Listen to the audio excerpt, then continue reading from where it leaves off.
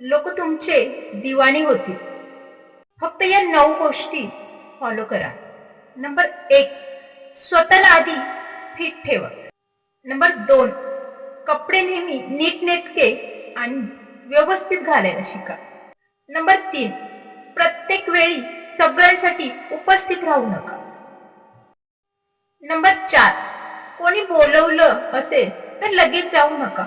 वेळ देऊन मग जा. नंबर 5, कधी कधी लोकांना नाही म्हणायला शिका. नंबर 6, लोकांमध्ये विनाकारण फालतू बोलून स्वतःचं महत्व कमी करू नका. नंबर 7, चेहऱ्यावर नेहमी स्मित हास्य ठेवा.